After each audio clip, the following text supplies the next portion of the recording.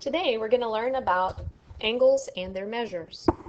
The first thing we will learn is how to draw an angle in standard position. Standard position indicates that you will start by drawing both a vertical and horizontal axis. Then plot a point at the origin and extend a ray out on the positive x-axis. This is called the initial side. Then, to create an angle, you can either rotate the initial side in a counterclockwise direction for a positive angle or a clockwise direction for a negative angle. Let's assume that I would like to create a positive angle, so I need to rotate in a counterclockwise direction. Let's say that this is my desired amount of rotation.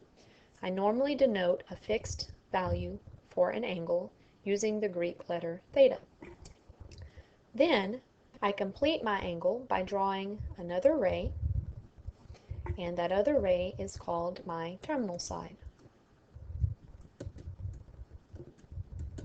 Technically, what happens is my angle is created by taking my initial side, rotating it, theta, and my terminal side is basically the copy of the initial side, rotated theta degrees.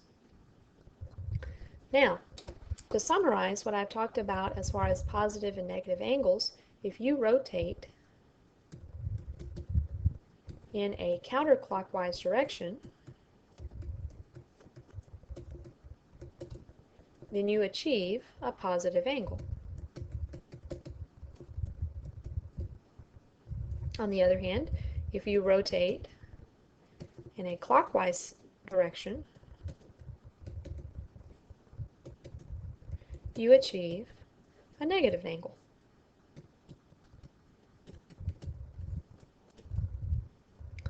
Another thing we're concerned about when we draw angles is labeling those angles as either quadrantal, quadrant 1, quadrant 2, quadrant 3, or quadrant 4.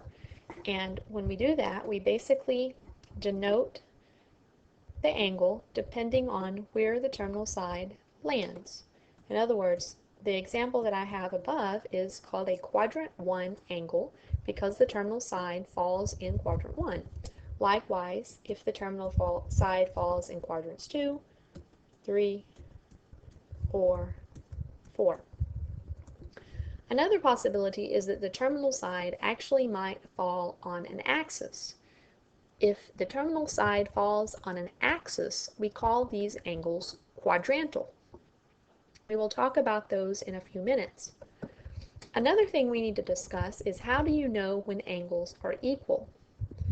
Angles are equal only if the amount of rotation is the same. Think about a positive measure of 45 degrees not being equal to a negative measure of negative 45 degrees. The reason being is you're rotating the same, quote, degree measure, but you're rotating in different directions, making these not equal. The other thing I'd like you to think about is let's create another angle that has the same initial side and terminal side as the one I have drawn up here above, but with a different amount of rotation. To do that, I could go start at the same initial side, rotate the same amount as theta to begin with, and then continue on and rotate around an additional 360 degrees. We're going to label this new angle as, let's say, theta 1. And you see that theta and theta 1 are not equal because they have different amounts of rotation, even though their initial sides and their terminal sides are in the same location. Make yourself a note that angles are equal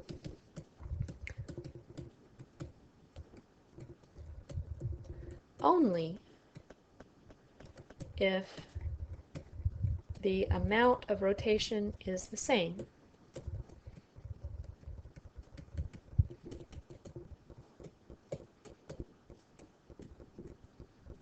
Okay, you also need to know that rotation is dependent on the direction, and so a positive rotation and a negative rotation would not result in the same amount of rotation. The next thing I'd like to discuss are what we call quadrantal angles. Quadrantal angles means that my angle falls on an axis. Let's look at some basic examples of quadrantal angles. Quadrantal angles can be both positive and negative, just like any other angle. Let's, for example's sake, look at some positive quadrantal angles.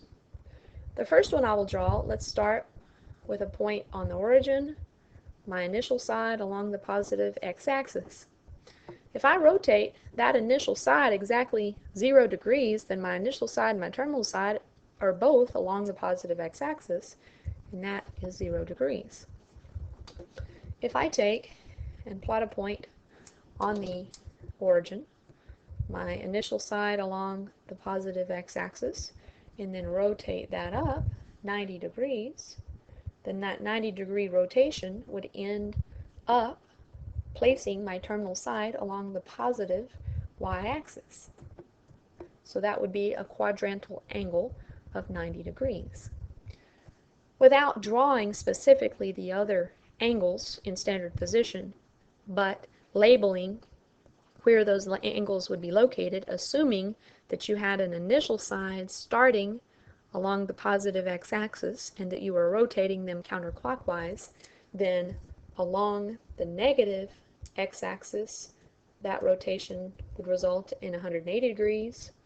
Along the negative y-axis, that rotation would result in 270 degrees. And then if you rotated all the way around from the positive x-axis back around to the positive x-axis, then that would result in a total of 360 degrees. The next thing I'd like to do is look at some examples of drawing angles in standard position.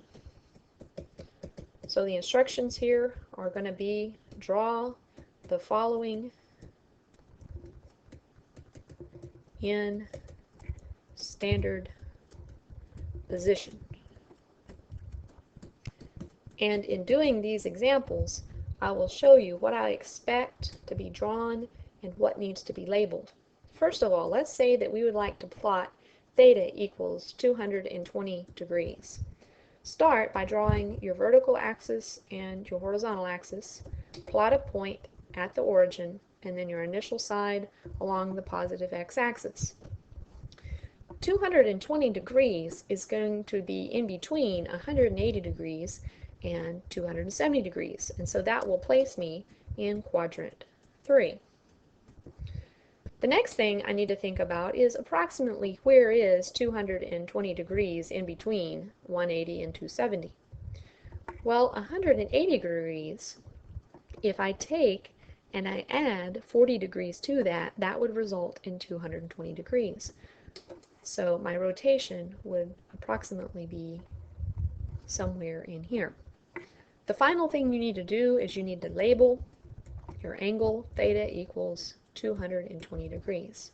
Also notice that when I drew my rotation line, that I have an arrow at the end of it denoting which direction I rotated my terminal side around to. It's a counterclockwise rotation, so I know that this was a positive angle. Next, let's look at plotting a negative angle measure, negative 75 degrees. Start by once again drawing vertical and horizontal axes, and then a beginning point at the origin, 0, 0, and then an initial side along the positive x-axis. To achieve negative 75 degrees, I will need to rotate in a clockwise direction because my angle is negative. This would result in an angle in quadrant 4. You see that if I rotate negative 90 degrees, that would result in an angle along the negative y-axis.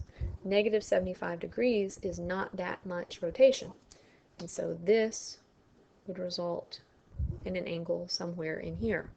Label your angle, theta equals negative 75 degrees. You see that I have not been very, very accurate about where I've put the negative 75, but I have been accurate between negative 45 degrees and negative 90 degrees. Try to be somewhat accurate, but I don't expect it to be perfect. Number 3, let's draw a quadrantal angle. theta equals negative 270 degrees. Think about negative 270 degrees as being 3 negative 90-degree increments. So drawing my vertical and horizontal lines, point at the origin, and then my initial side along the positive x-axis. If I rotate around, here's negative 90, there's negative 180, there's negative 270. Label theta equals negative 270 degrees. This concludes our lesson on angles in standard position and quadrantal angles.